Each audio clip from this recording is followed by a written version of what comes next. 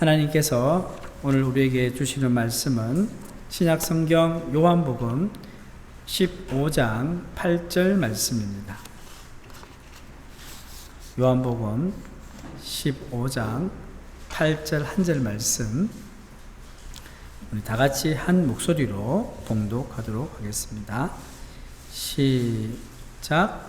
너희가 열매를 많이 맺으면 내 아버지께서 영광을 받으실 것이요 너희는 내 제자가 되리라. 아멘. 할렐루야. 네. 지난주에는 이제 우리가 계속 관계중심 전도 이야기를 하면서 전도를 방해하는 세 가지 장애물에 대해서 이야기를 했죠. 개인적으로 예수님을 알지 못하는 것, 또 두려움, 또 깨어진 관계가 전도를 방해하는 장애물로 작용했습니다. 그리고 제자 삼음의 1단계 이제 관계 바로잡기에 대해서 우리가 다루었습니다. 관계 바로잡기에서 중요한 것은 우선 하나님과의 수직적인 관계를 바로 잡는 것이고, 그 다음에는 자신과의 관계를 바로 잡는 것입니다. 이제 오늘 다룰 것이 타인과의 관계인데요. 자신과의 관계를 바로 잡는다는 것은 뭘 이야기합니까? 진실한 사람이 되는 것입니다. 진실한 사람이 되기 위해서는 자신을 사랑할 줄 알아야 되고, 자기 자신에 대한 확신, 내가 하나님의 자녀라는 그런 확신을 가지고 살아야 함을 우리가 말씀을 통해서 배웠습니다. 자, 오늘은 이제 제 3강으로 영적 열매 맺기라는 주제를 한번 살펴보도록 하겠습니다. 오늘 강의는 크게 세 가지를 나눌 것입니다. 첫 번째는요, 삶 속에서 영적 열매 맺는 삶에 대한 것입니다. 이게 사실 그리스도의 복음을 전하는데, 관계를 형성하는데 연결되어 있죠. 둘째는 사람들과의 수평적인 관계를 바로잡는 것에 대해서 말씀드리고, 세 번째는 이 관계의 동심원에서, 여러분 기억나시죠?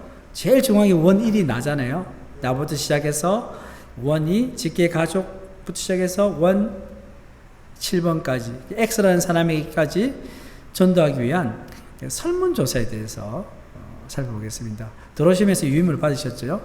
나중에 그거 관련해서 살펴보도록 하겠습니다. 자, 여러분, 성경이 말하는 진정한 삶의 목적이 무엇이라고 생각되십니까? 성경이 말하는 뭐죠? 하나님께 영광을 돌리는 것입니다. 우리는 하나님을 찬송하고 하나님께 영광 돌리기 위해서 지음을 받았습니다. 예수님은 요한복음 15장에서 그리스도인이 존재하는 이유를 뭐라고 이야기합니까? 열매 맺는 것이라 말씀하셨습니다. 조금 전에 읽었지만 다시 한번 요한복음 15장 8절 말씀을 함께 읽어보겠습니다. 시작. 너희가 열매를 많이 맺으면 내 아버지께서 영광을 받으실 것이요 너희는 내 제자가 되리라. 아멘. 성경은 뭐라고 이야기합니까? 하나님 아버지께 영광을 돌리고 싶다면 열매를 맺으라고 말씀합니다.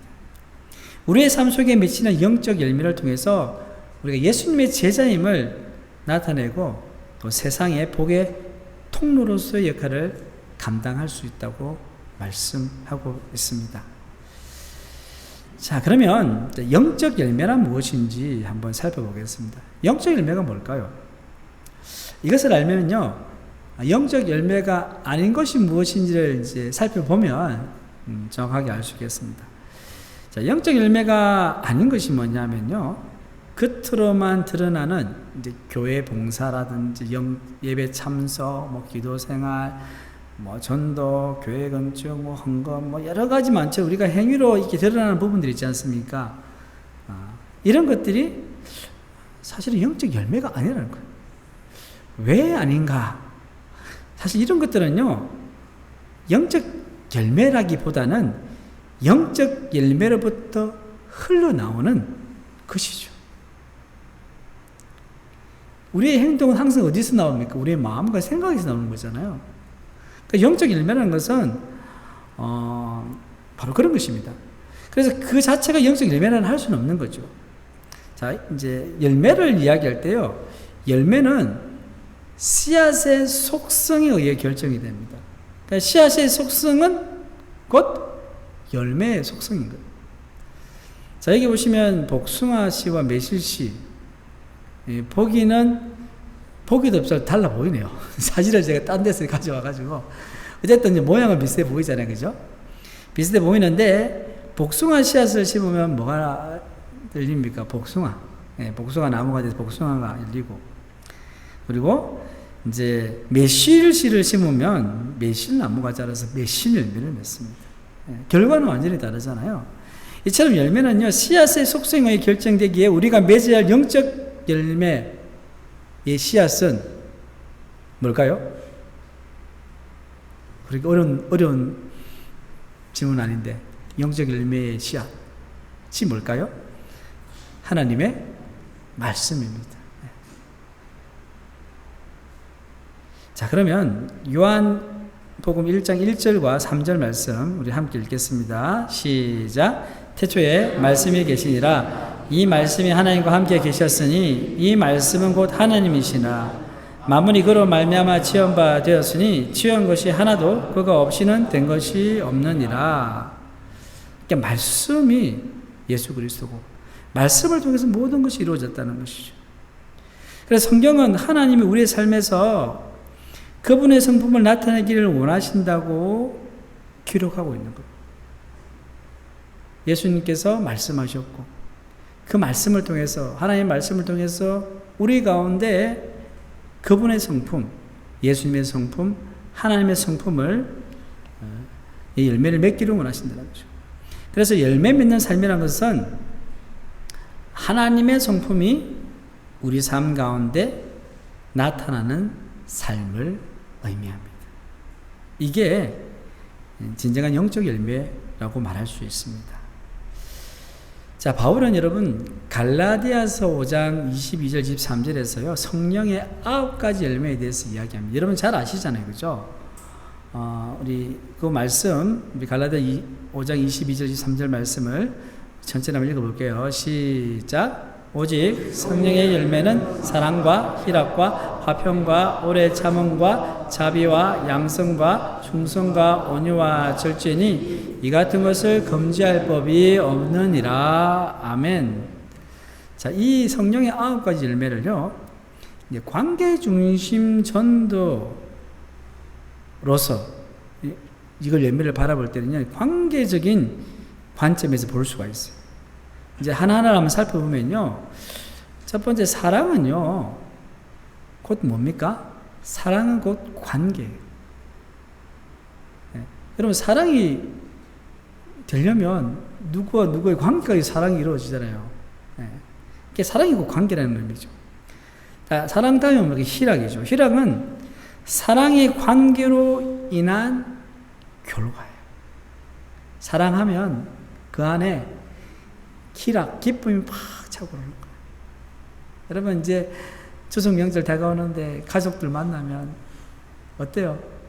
얼굴이 환해지죠. 반가워가지고 서로 얼싸안기도 하고 기쁨으로 교제를 나누잖아요. 그 다음에 화평입니다. 화평은 뭐냐면요, 바른 관계의 결과입니다. 모든 게 관계에 연결된 거예요. 관계가 바르면요, 평화로운 거예요. 왜 전쟁이 일어나겠습니까? 관계가 으그러진 거예요. 오래 참으면 뭡니까? 관계를 유지하게 하는 성품입니다. 관계 깨뜨리고 싶을 때 있잖아요. 어떻습니까? 참죠. 결혼해서 10년, 20년, 30년, 40년 지나면서 항상 평화롭고 좋았습니까? 싸울 때도 있잖아요. 내가 그냥 이혼을 할까 막, 그죠? 그런데 어떻게 합니까? 오래 참죠. 인내하죠. 그런 성품이죠. 그리고 자비는요, 여러분, 자비를 좀 쉽게 표현하면요, 친절함이에요. 친절함. 이 자비, 친절함은요, 모든 사람들과 관계를 맺을 때의 올바른 태도라는 거예요.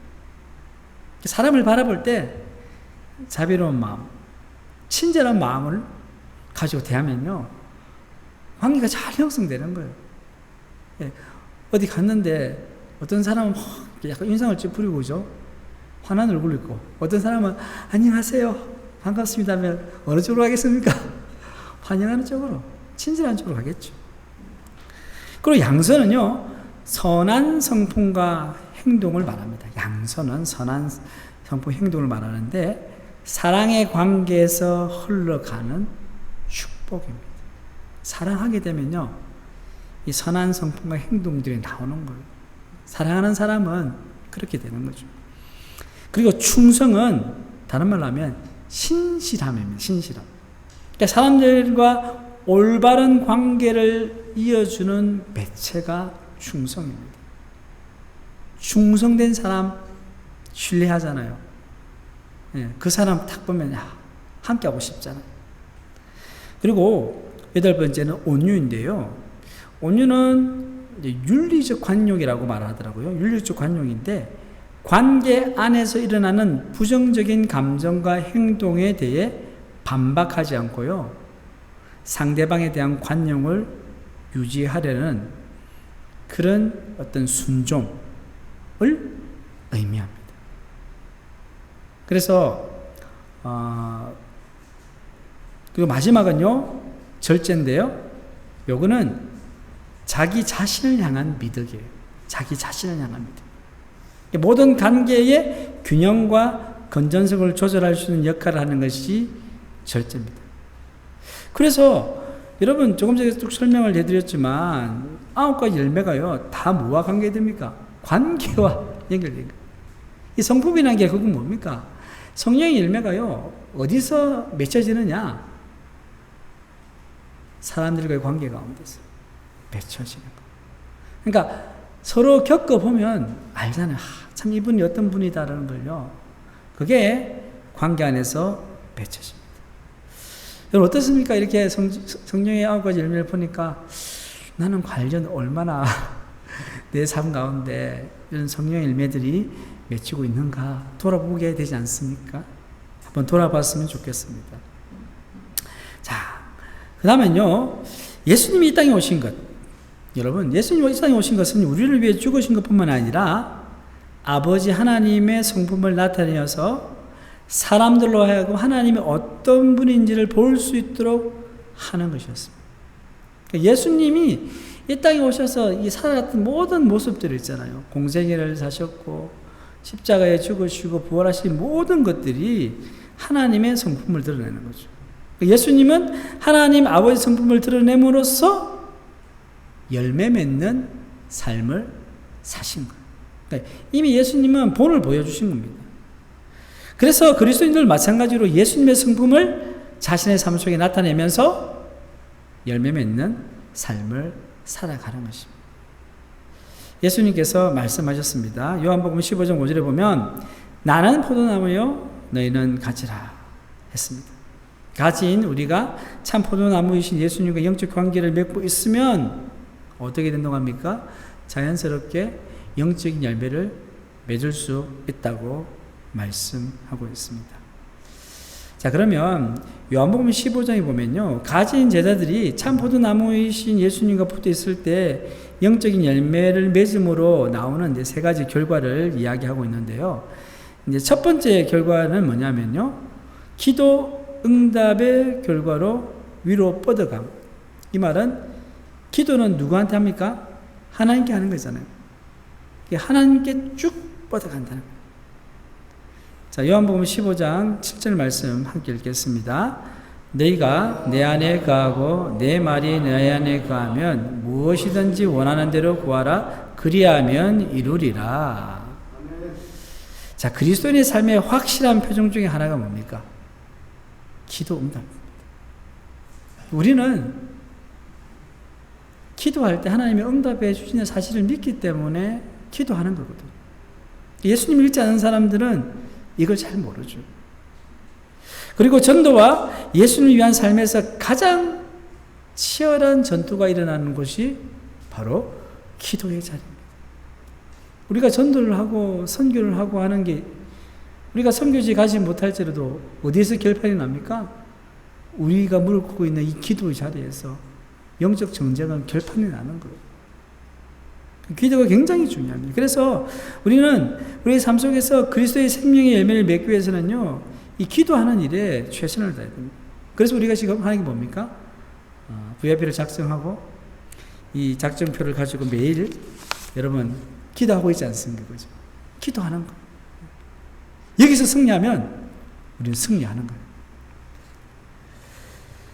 자, 두 번째는요, 그 영적 열매 맺음의 두 번째 결과는 내적 기쁨입니다. 기도 응답이고, 그 다음 내적 기쁨인데요. 요한복음 15장 11절에 말씀 같이 읽겠습니다. 내가 이것을 너희에게 이름은 내 기쁨이 너희 안에 있어 너희 기쁨을 충만하게 하려 함이니라. 아멘. 여러분, 마태복음 5장에 보면 예수님의 산상수훈 말씀이 나오고 팔복의 말씀이 나오는데, 그 팔복의 말씀에 보면 내적 기쁨의 의미를 유추할 수 있는 말씀이 나옵니다. 예를 들면 심령이 가난한 자는 복이 있나니 천국이 저희 것입니다. 심령이 가난하다. 여러분, 가난한 거하고 복, 그리고 가난과 기쁨, 이게 좀 조화로운 단어는 아니잖아요. 그죠? 일반적으로 가난하면 힘들죠. 그죠? 가난하면 저주받은 거 아닌가 이렇게 생각하는데, 성경은 그렇게 이야기하지 않는 거예요. 성경은 그래서 말하는 게 뭡니까? 내적인 기쁨을 이야기하는 거예요. 그러니까 어떤 외부적인 환경에 의한 것이 아니라 예수님 안에 거함으로 인해 그분으로 만족함을 깨닫고 복 있는 자가 되었다는 확신에서 오는 바로 그 기쁨을 이야기합니다. 결국 뭘 이야기합니까? 기쁨은 사랑의 관계에서 나온다는 거죠. 예수 그리스도와의 관계, 그리고 교제, 사귐에서 나온다는 거죠. 그래서 우리가 예전에도 말씀드렸지만 세상에 가장 중요한 단어가 관계임을 우리는 잊지 말아야 돼요. 관계를 통해서 다 이루어진다는 말씀입니다. 그것이 내적 기쁨이 있다는 거죠. 그리고 열매 맺음의 세 번째 결과는요, 이제 밖으로 향하는 아가페입니다. 아까 기도 응답을 통해서 위로 뻗쳐지고, 그리고 내적 기쁨. 세 번째로는 밖으로 향하는 아가페 사랑입니다. 이게 영적 열매의 결과인데요. 자, 사랑은 지난번에도 말씀드렸지만은 필요를 채워주는 것. 상대방의 필요를 채워주는 것이 사랑입니다. 이런 사랑은요, 우리의 자원이 아니에요. 자원이라는 건 내가 가지고 있는 거잖아요. 우리의 자원이 아닌 하나님의 자원으로만 가능한 거예요. 하나님의 것으로만 가능하다. 우리는 하나님의 사랑의 통로라는 거예요. 이 통로란 말도 뭘 이야기합니까? 관계를 전제하는 거죠. 나에서 다른 사람에게 하나님의 사랑이 가야 되는데, 이 통로가 관계가 잘 뚫려 있으면 하나님의 사랑이 나를 통해 쭉 흘러간다는 거죠. 그래서 하나님은 결코 우리의 필요를 채우지 않으시면서 우리를 사랑한다고 말씀하지 않으신다. 그러니까 하나님은 누구보다도 저와 여러분들의 필요를 아시는 거예요. 예수님 믿지 않는 사람의 가장 필요한 게 뭡니까? 뭘까요? 돈입니까? 병고침입니까? 예수님 믿지 않는 사람이 가장 필요한 것은요, 그들이 죄 용서 안 받고 구원받는 거 아니겠습니까? 로마서 5장 8절 말씀 우리 함께 읽겠습니다. 우리가 아직 죄인 됐을 때에 그리스도께서 우리를 위하여 죽으심으로 하나님께서 우리에게 대한 자기의 사랑을 확정하셨느니라. 아멘. 우리를 사랑하시는 하나님의 모습을 발견할 때요, 우리의 필요를 채우시는 하나님을 보게 됩니다. 그러니까 내가 원하는 것도 중요하지만요, 하나님 보시기에 내게 원하는 게 뭔지, 필요한 게 뭔지, 바로 그것이 영혼 구원입니다. 그래서 사랑하면 필요를 채워주는 겁니다. 하나님께서 우리에게 이 본을 보여주신 것입니다. 그래서 아가페 사랑은요, 내가 하나님의 자원적 하나님의 사랑으로 그 필요들을 채우겠다고 의지적으로 결단하는 거예요. 아가페 사랑. 아가페 사랑 하나님의 사랑이잖아요. 그리고 아가페 사랑은요, 관계의 동시분 안에 있는 모든 사람을 사랑하는 거예요. 여러분, 관계의 동시분 하니까 이제 그림을 이제 예전에 보셨으니까 생각하시면 돼요. 직계 가족부터 시작해서 친지 쭉 가잖아요. 친구 쭉 가면 나중에는 X라는 사람까지 나갑니다. 근데 하나님의 사랑은요, 우리 관계의 동시문 안에 많은 사람들이 있는데 거기에서 나와 불편한 관계에 있는 사람이 분명히 있잖아요. 근데 그 사람들도 다 포함된다는 거죠. 그런데 만약에 여러분, 우리의 사랑이 조건적이거나 차별적인 사랑이라면 그 사랑이 성령으로부터 나온 아가페의 사랑인지 의심해 봐야 돼요. 내가 하나님의 사랑으로 사랑하고 있는가? 아니면 내 힘으로, 내 사랑으로 사랑하고 있는가? 의심해 봐야 돼요.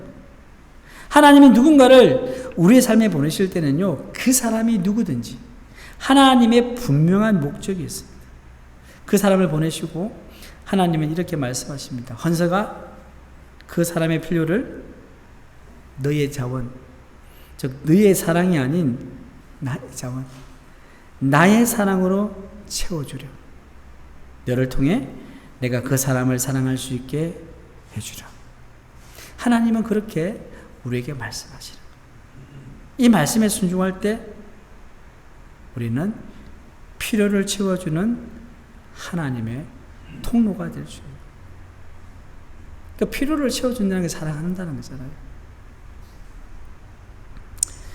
자, 그러면 이제 1장 요 정도로 마무리 하면서요, 이제 2장으로 넘어가겠습니다. 2장에는요, 열매 맺음의 장애물에 대해서 살펴보겠습니다. 영적 열매의 맺음을 통해서 아가페 사랑으로 실천해서 우리 관계의 동시문안에 있는 사람들을 사랑하면서 복음을 전하라 했는데, 자, 그렇게 잘 되면 좋지만 뭐가 있어요? 열매 맺음에 장애물이 있다는 거예요. 자, 그러면 예수님은요, 마태복음 13장에 나오는 씨 뿌리는 비유에서 열매 맺지 못하는 세 가지 장애물을 말씀합니다. 아마 마태복음 14장 이 씨 뿌리는 비유를 너무 잘 아실 거예요. 이제 그 내용을 생각하시면서 함께 말씀을 들으면 좋겠습니다.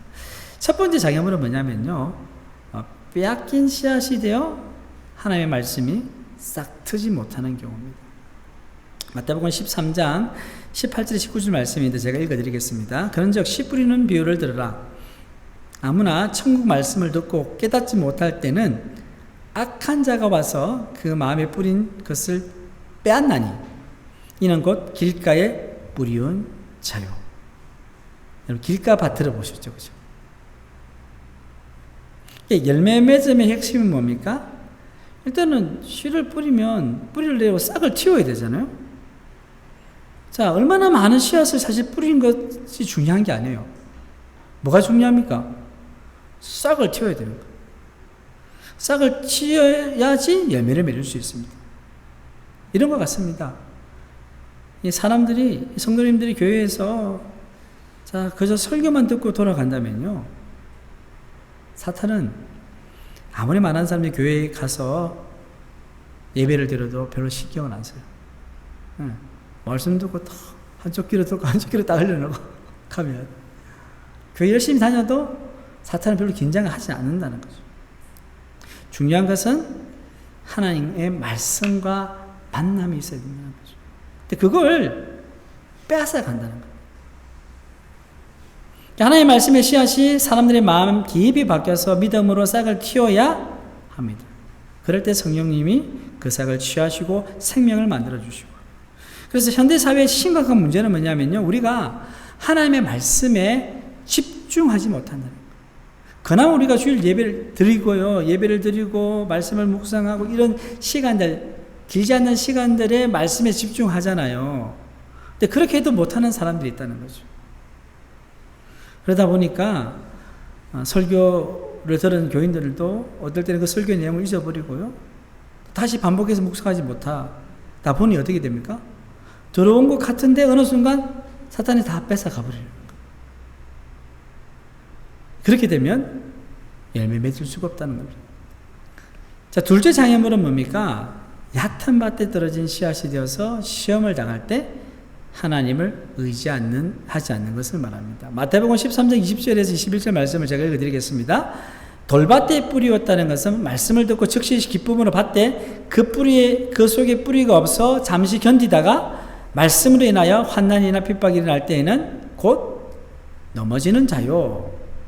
자, 우리가 설교 말씀을 듣고 은혜를 받으면요, 죄를 깨닫게 되고 순종하려 할 때요, 말씀의 씨앗이 싹을 틔우게 되는 거예요.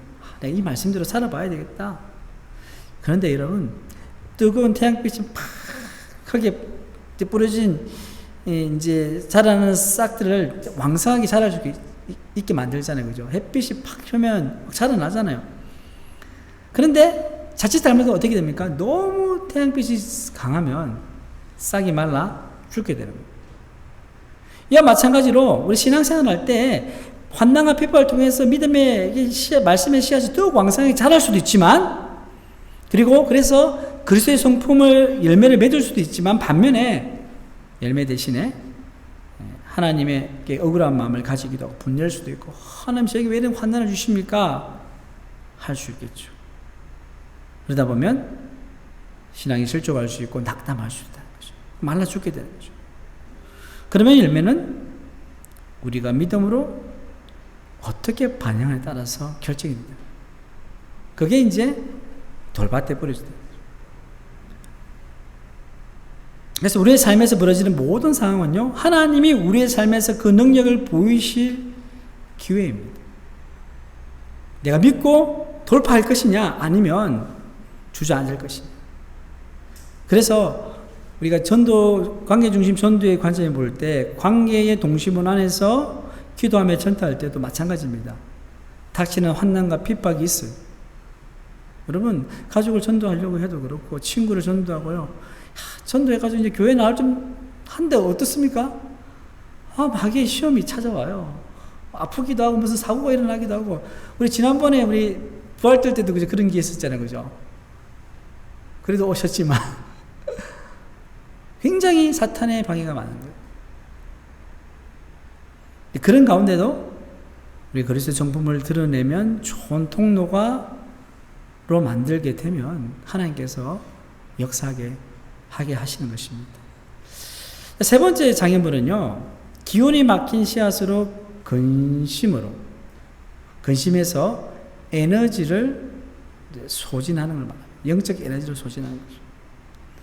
마태복음 13장 22절 보면 가시떨기에 뿌리었다는 것은 말씀을 들으나 세상의 염려와 재리의 유혹에 말씀이 막혀 결실치 못하는 자요. 가시떨기 아래에 뿌려진 씨앗이 싹을 내고 뿌리를 내고 그리고 줄기가 자라고 있는데, 여러분 잘 자라는 것 같아요. 근데 안심할 수 있겠습니까? 그럴 수 없습니다. 왜냐하면 얼마 있지 않아서 가시떨기가 씨앗의 기운을 막아버려서 열매를 맺지 못하게 한다는 거예요. 여기 농사를 지어보신 분들, 텃밭을 가꾸시는 분들 있잖아요. 그죠? 자주 가는 이유가 뭡니까? 가만히 두면 잘 자랄 것 같은데, 풀도 뽑아줘야 되고, 물도 줘야 되고요. 할 게 많아요. 잘 돌봐줘야 되냐. 그런데 가시떨기 나무 밑에 있는 이 씨앗들은요, 사실은 농부 가서 가시떨기를 탁 채워줘야 되는데, 그렇게 못했잖아요. 그래서, 무엇이 우리의 기운을 막아 영적 열매를 맺지 못하느냐 했을 때, 오늘 본문에서 뭘 이야기합니까? 가장 큰 문제고요. 염려입니다, 염려. 자잘한 근심, 걱정들. 여러분, 가만히 보면, 각 가정이나 개인의 걱정, 근심 없는 분들이 없어요. 근데, 다른 게 있어요. 어떤 사람은 너무 그게 이제 막, 근심, 걱정에 신경이 가 있는 거예요. 어떤 사람은 아이고 하나님께서 알아서 해주시겠지 하면서 내기를 하는 거예요. 그리고 이제 문제가 뭡니까? 재리의 유혹입니다. 물질. 여러분, 물질적인 부분들, 돈에 관련된 어려움들이 많습니다. 유혹도 많습니다. 그래서 들려오는 소리들을 보면요, 뭐 주식 투자를 잘못했다, 땅을 잘못 샀다, 그죠? 뭐 투자를 했는데 잘못됐다 해가지고는 그것 때문에 진짜 온 가족이 막 힘들어지고 집안이 풍비박산 나기도 하는. 그래서 이 세상의 염려와 재리의 유혹은요, 그걸 가만히 내버려 두면 우리의 영적 에너지를 갉아먹습니다. 사업 때문에, 자녀 때문에, 관계 문제 때문에, 기타 많은 일들 때문에요. 우리는 염려하면서 정작 영적 열매를 위한 에너지는 남한테 두지 않는 거예요. 그런데 다 에너지가 있으니까 신앙 성장에는 에너지가 없는 거죠. 그게 이제 영적 열매를 맺지 못하는 세 가지가 되겠습니다. 자, 그러면 세 가지의 장애물을 잘 피하면 어떻게 되겠습니까? 성경 말씀대로 많은 열매를 맺습니다. 마태복음 13장 23절 말씀 우리 함께 읽겠습니다. 시작. 좋은 땅에 뿌려졌다는 것은 혹은 60배 혹 30배가 되느니라. 아멘. 자, 우리가 이 땅에 한 자리를 차지하고요, 막 우리가 호흡을 하고 들어마시는 이유가 뭡니까? 우리가 사는 목적이 뭡니까? 오늘 말씀을 근거로 한다면요, 우리의 삶 속에 영적 열매를 맺기 위함입니다. 가만히 우리가 하나님께 영광 돌리는 게 뭘까요? 우리 삶 속에 영적 열매를 맺는다는 것은 하나님의 성품을 닮아가는 거죠. 하나님의 성품을 닮아감을 통해서 우리가 하나님과 좋은 관계를 맺으면서 내가 하나님과 좋은 성품을 가지게 되고 자연스럽게 그것이 누구와 수평적인 타인과의 관계가 연결된다는 거죠. 이게 실제로 구체적으로 하나님께 영광 돌리는 방법이라는 거죠. 내가 행위로서 어떤 예배를 열심히 참여하고 헌금을 많이 하고 다 좋죠. 전도를 많이 하고. 근데 더 중요한 게 뭐냐? 영적 열매를 맺어서 하나님께 영광을 돌리는 것이 더 중요하다는 거죠. 3장으로 넘어가겠습니다. 자, 이거는 이제 타인과의 관계를 위해서 앞서 이제 준비 과정이고요.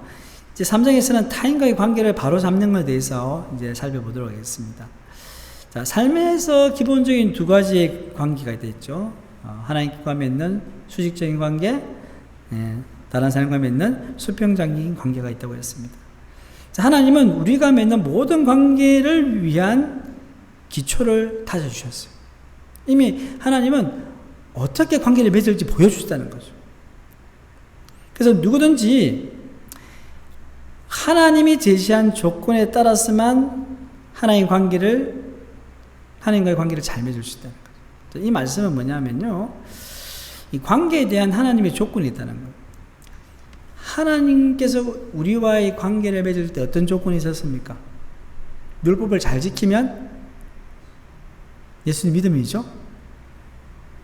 하나님의 조건은 뭐냐? 사실은 아무 조건이 없어요. 조건 없이 사랑하는 거예요. 조건 없이 사랑하는 거예요. 조건 없이 타인을 사랑하는 거예요. 하나님께서 조건 없이 우리를 사랑하셨어요. 그 사실을 믿음으로 받아들이면 되는 거예요.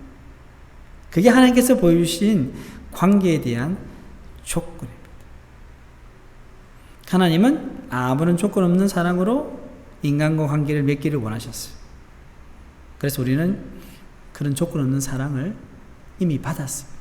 그래서 우리는 그 하나님의 은혜에 감사하는 것이죠.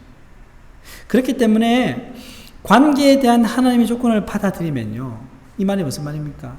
아무 조건 없이 나를 사랑하신 그 하나님의 조건을 받아들인다면 우리는 사랑할 대상을 선택할 권리를 영원히 박탈당할 수밖에 없습니다.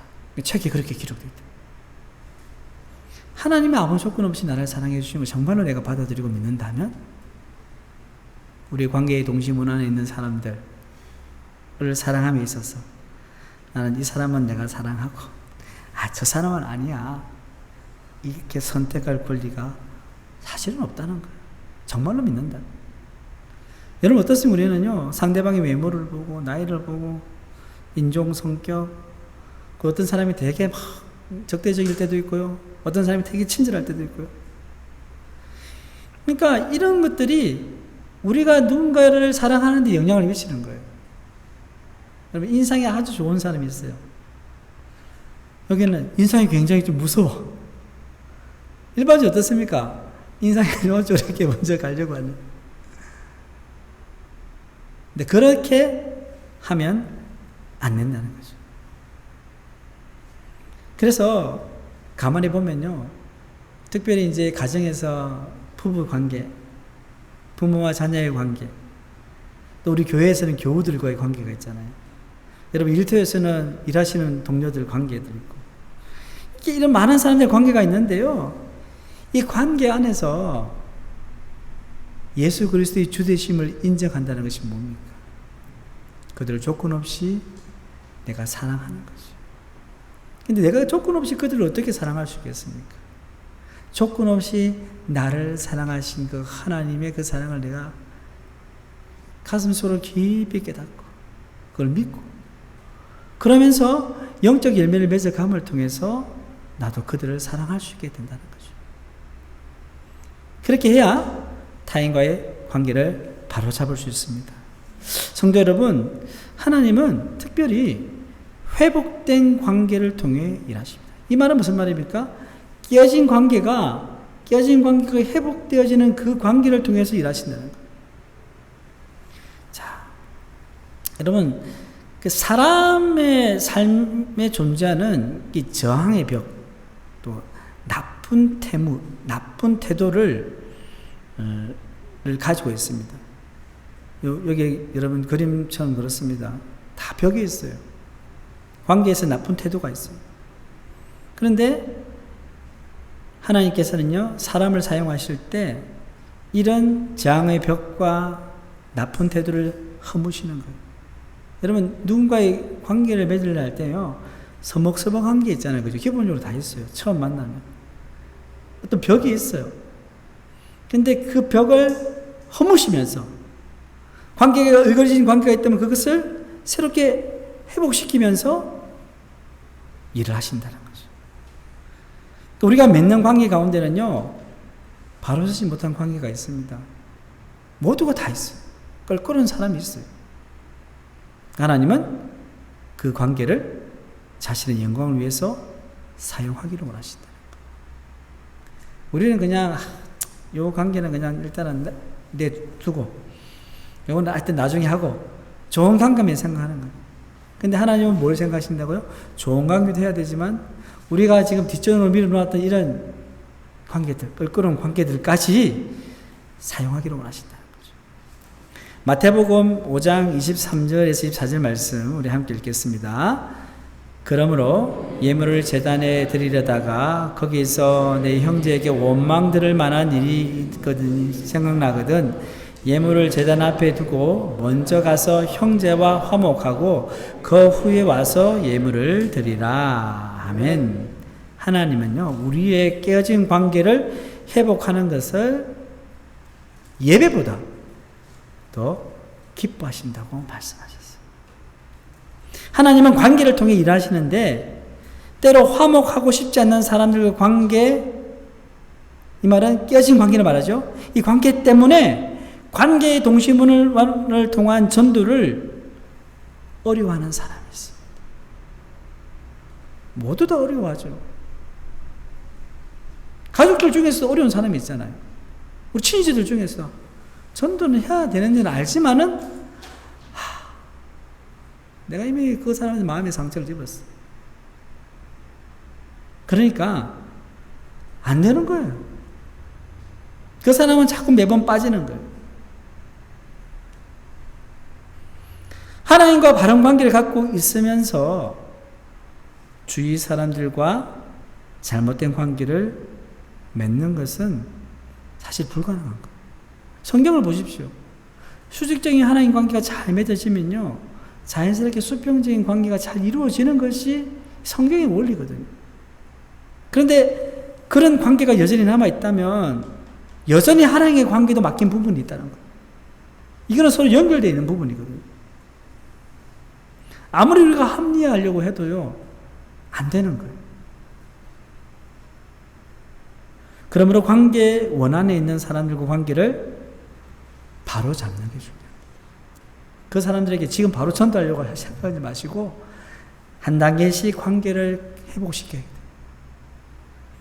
100m 그리면요, 조금씩 90m, 80m 축축 관계를 좁혀 나가는 거예요. 하루아침에 100m에서 1m로 가까워질 수 있겠습니까? 그렇게 하려면은 여러 가지 우리의 기도와 또 섬김, 헌신이 필요하겠죠. 희생도 필요할 것입니다. 그렇게 할 때 결국 어떻게 됩니까? 하나님의 사랑이 나를 통해서 그들의 삶에 흘러갈 수 있는 거예요. 관계가 회복되는 거예요. 그러니까 그 관계의 이 관이 깨뜨려졌는데 그 관계의 관이 딱 연결이 되면, 회복이 되면, 복구가 되면 하나님의 사랑이 흘러 들어갈 수 있다는 말씀입니다. 자, 이제는 이제 제사 삼음의 7단계 중에서 2단계 설문, 즉 관계를 설문조사하는 부분에 대해 한번 들어가 보도록 하겠습니다. 여러분, 설문조사는 많이 들어보셨잖아요, 그죠? 뭔가를 알아보려고 하는데, 기본적으로 설문조사는요, 여기서 말하는 설문조사는 VIP, 다르게 이야기하면 전도 대상자죠. VIP에 대한 신상 정보를 파악하는 데 있습니다. 신상 정보부터, 신상을 파악부터 시작해서 그 다음에 관심사라든지 취미, 건강 상태 등 그분을 전도하기 위한 모든 정보를 알아내는 거예요. 아마 전도 좀 하신 분들은 전도 수첩 이런 거 들어보셔요. 전도 수첩. 시중에 이제 기독교 선생 가면 다 팔아요. 거기 보면 전도 대상 이름을 적고 조금씩 대상자에 대해서 파악해 나가는 거, 기록하는 거예요. 여러분, 오랜 세월 그리스도인으로서 살아왔듯이요, 우리는 자신의 관계의 동심 안에 있는 잃어버린 이들과 관계에 대해서는 전혀 생각하지 않을 경우가 많습니다. 전도를 하려고 하고 선교를 하려고 하는데 저 멀리 있는 사람들 생각하는데 의외로 내 관계의 동심 안에 있는 사람들에게 무관심할 때도 많았다는 거예요. 그런데 설문조사를 통해서요, 관계의 원 안에 있는 사람들을 파악하기 시작하면요, 예수님이 필요한 온갖 종류의 사람들이 모두 그 관계의 원 안에 있음을 깨닫게 됩니다. 그러니까 이 단계에서는요, 우리의 관계의 영향권 안에 있는 이들을 발견하고 또 기도하고 다리를 놓고 살아가는 기초를 만드는 게 뭐냐면 이 기본적인 정보예요. 이런 것을 기록하는 데 도움을 이제 드리려고 합니다. 자, 이거 받으셨던 유인물 보시면, 이제 4장은 이제 원 2와 원 3을 설문하라는데, 이제 쭉, 이제 원 7까지 나갈 건데요. 못 받으신 분은 좀 뒤에 좀 주시면 좋겠습니다. 혹시 이거 없으시면 손 좀 들어주시면, 예. 관계의 원 설문 양식입니다. 여기 집사님도 주십시오. 맨 앞에. 네, 집사님. 네. 주시면 되겠습니다. 네. 자, 여러분, 이런 질문을 할 수 있어요. 왜 꼭 설문조사를 해야 합니까? 그죠? 설문조사를 왜 해야 됩니까? 여러분, 한 영혼이 천하보다 귀하다는 말을 우리가 하잖아요. 복음을 전하고 선교하는 게 굉장히 중요하잖아요. 그런데 이거 하면 좀 귀찮잖아요. 그죠? 귀찮다는 표현보다는 좀 힘이 들죠? 하나 다 적어야 되니까. 자, 그런데 보십시오. 종이에 적어 놓지 않으면요, 우리가 필요한 내용을 다 기억할 수가 없어요. 이상하죠, 그죠? 여러분, 기도도 마찬가지예요. 제가 여기 VIP 작성부 가정별로 쭉 했잖아요. 이걸 우리가 다 기록하고 적어서 프린트해서 나눠드려서 가지고 있어야 기도를 하더라도 이걸 보고 기도할 수 있는 거예요. 이게 적는 것이 굉장히 중요합니다. 그래서 전도하기 위해서는요, 어떤 틀이 있어야 돼요. 이 틀이 뭐냐면 설문입니다, 설문. 자, 여기 보시면요, 중요한 게 뭐냐면, 이 설문을 작성하는 과정에서, 이걸 작성하는 과정에서요, 이전까지 전혀 생각하지 못하는 사람들을 인식할 수 있어요. 내 관계 원안에 포함되지 않는 사람들을 나의 관계 원안에 포함시킬 수도 있게 되는 거예요. 자, 여기 보시면 메뉴에 보면 왼쪽에 관계의 원, 그 다음에 번호 있잖아요. 그죠? 관계의 원은 뭐냐면, 자, 내가 내 남편을 이제 전도해야 되잖아요. 그럼 관계의 원이 뭐예요? 1입니까? 2입니까? 1은 나잖아. 2는 뭐예요? 직계가족. 그죠? 직계가족은 내 배우자, 자녀들 직계가족이에요. 친지는 누구예요? 그 밖에 있는 사람들 다. 친지. 그래서 내 남편을 전도할 때는 관계원 2. 자, 이 남편이 내 전도 대상자 1번이면 1 번호를 적는 거예요. 그리고 기록 일자를 이제 처음 시작하는 기록 일자를 딱 적는 거예요. 그럼 이름 적고 전화번호 적고 주소 적고 이제 뭐 배우자니까 많은 정보를 알 거예요. 그죠? 그런데 이제 친지로 넘어가면 어떻겠습니까? 친지로 넘어가면 조금씩 정보들이 좀 부족할 거예요. 왜냐하면 여기 보시면 2단계 설문돼 있고 3단계 보면 기도죠. 그럼 여기 보면 기도 동력자들, 구체적인 기도 제목. 이 기도 제목은 이제 그분에 대해서 좀 알아야 돼 나오는 거고.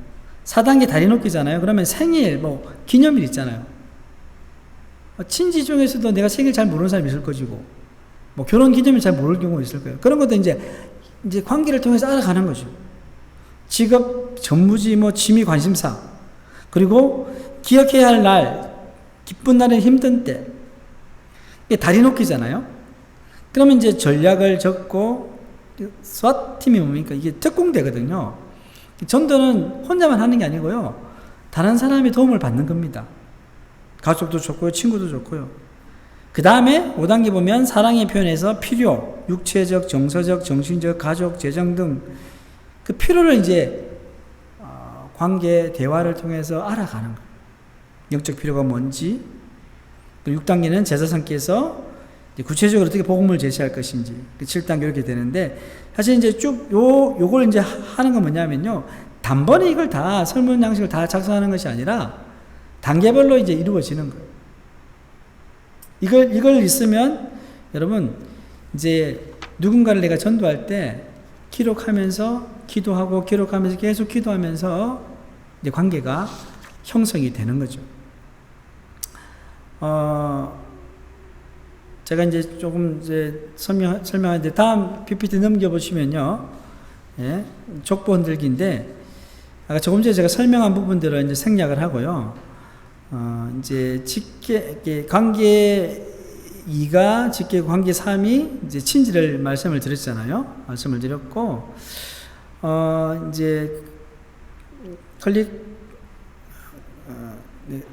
직계 가족의 필요를 채워주는 것, 또 하나님의 사랑의 통로로 되어야 된다, 이렇게 되어 있고요.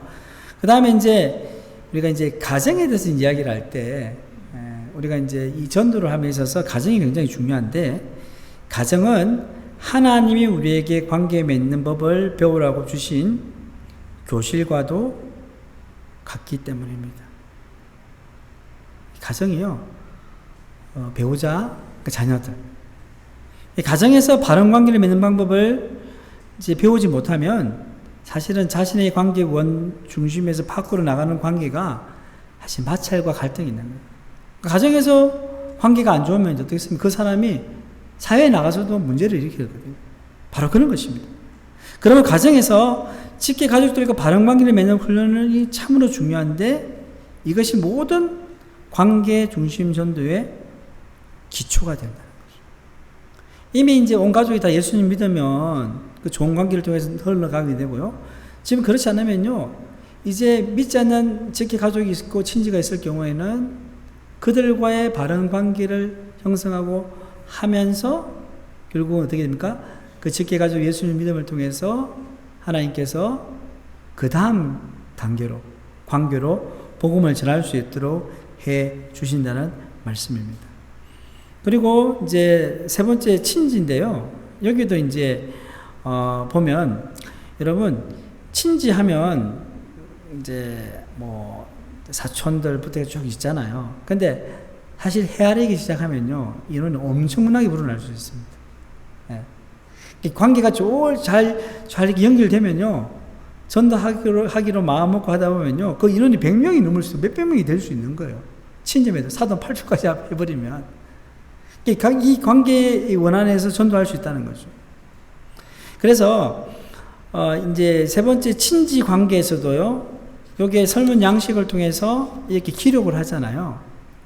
이 양식을 여러분들 이제 필요하신 분들은 저기 우리 복사기 있기 때문에 복사를 하셔서요, 한번 실천해 보십시오. 하셔서 이걸 기록하고요, 일주일에 한 번씩이라도 이걸 보면서 중보 기도를 하는 거예요. 그러면서 어떤 거는 롱텀으로 할 수 있는 거죠. 하면서 여기 기록을 해 나가는 거예요. 조금씩 알아가는 내용들을 기록해 나가면서 기도하고 복음을 전하고. 그러다 보면 이제 친지에게도 그리스도의 사랑을 전할 수 있는 기회를 가질 수 있게 되는 것입니다. 자, 5장으로 넘어가면요. 이제 넷째 원 친구부터 해서 일곱째 원 X라는 사람까지 이제 설문조사하는 것도 마찬가지입니다. 친구는 4번이죠. 그리고 어떻게 보면 친한 친구는 어떤 경우는 가족보다 더 친한 경우가 있잖아요. 가까울 수가 있어요. 그러니까 시간을 함께 많이 보내는 경우, 또 중요한 일을 터놓고 은연할 수 있는 이들, 또 취미나 예가 생활을 하는 이들, 여기에 속하는데 그들도 이제 복음을 이 방법으로 전할 수 있고요. 그 다음에 5번째 원은요, 이웃 동료, 그리고 가깝지 않은 친구들. 이들을 전도하기 위해서도 마찬가지입니다. 설문 양식에다가 정보 내용들 쭉 적어 나가는 것이죠. 그러면서 중요한 포인트는, 이들의 필요가 뭔가? 이제 알아가다 보면 그들이 정서적으로 뭔가 필요한가? 관계적으로 뭘 필요한가? 알 수 있게 되는 겁니다. 그리고 6번째 원은요, 이제 생활하면서 이때감치 부딪히는 사람들이 있잖아요. 뭐 식당에 가서 만나는 사람들, 이렇게 하잖아요. 그러니까 미국 같은 데 보면은 여러분들 드라마나 영화 보시면 어떻습니까? 막 항상 이름을 물어봐요. 그죠? 이름을 불러줘요. 이름을 불러준다는 그 사람을 인정해 주는 거잖아요. 그죠? 존중해 주는 거잖아요. 우리나라는 그런 문화가 아니죠. 예. 아니지만, 어쨌든, 이렇게 가끔씩 만나는 이런 분들도요, 굉장히 그분들을 존중해 주고 인정해 주면요, 좋은 관계를 형성할 수 있습니다. 그래서, 그런 그 사람의 깊은 이제 필요 중에 이제 인정 욕구가 있는데 그걸 잘 보고 해주는 거죠. 그래서 이제 뭐 지난번에도 말씀드렸지만 이 갑의 위치에 서서 이 갑질하는 거. 우리 믿는 사람들이라고 자유롭지 않잖아요, 그죠? 나도 모르게 막 그렇게 할 수 있으니까 이런 부분도 상당히 조심해야 됩니다. 그래서 적어도 이제 그런 의미에서는 우리가 어느 가게에 가든 누구를 만나든 이제 그런 마음으로 이제 하다 보면 복음을 전할 수 있는 그런 여지를 발견할 수 있게 됩니다. 자, 마지막 7번째 원, X라는 사람입니다. 사실 이거는요, 우리가 사실 관계 전도라기보다는 관계 전도이지만 기본적으로 이제 노방에 나가서 철교수배 전도할 때 이럴 때 이제 적용되는 부분입니다. 그게 한번 같이 읽어볼까요? X라는 사람 같이 읽어보겠습니다. X라는 사람은 나와 관계없는 사람이지만 만남을 통해 언제든지 나의 관계인 원 안쪽으로 옮겨올 수 있는 존재이다. 이게 중요합니다. 제가 이제 노방전도에서도 이제 관계전도를 추구하는 것이 한 곳에서 계속 전도를 하다 보면요, 만났던 사람을 또 만나게 되거든요. 꼭 그렇지 않아도 처음 보지만 그 사람과 대화하다 보면 뭔가 공통점을 발견하게 되고 이야기하다 보면요, 친해지게 돼 있어요. 그러다 보면 한 번의 만남이지만 어떻게 된다고요? 관계의 원안에 들어올 수 있게 된다는 거죠. 그래서 클릭 2번째 보시면 X라는 사람에 대해서 사전에 설문조사를 할 수 없지만 이제 일상생활 속에서 만남을 통해서 원안으로 옮긴다고 말씀을 드렸잖아요. 그리고 관계 원에 있는 모든 사람들을 사랑하게 되면, 자, 여기 보면 중요한 이제 표현이 있는데, 이 거룩한 자성, 자성이라는 건 이제 끌어당기는 힘이잖아요. 아까도 말씀드렸지만 처음 만났지만 막 서로 끌리는 거예요.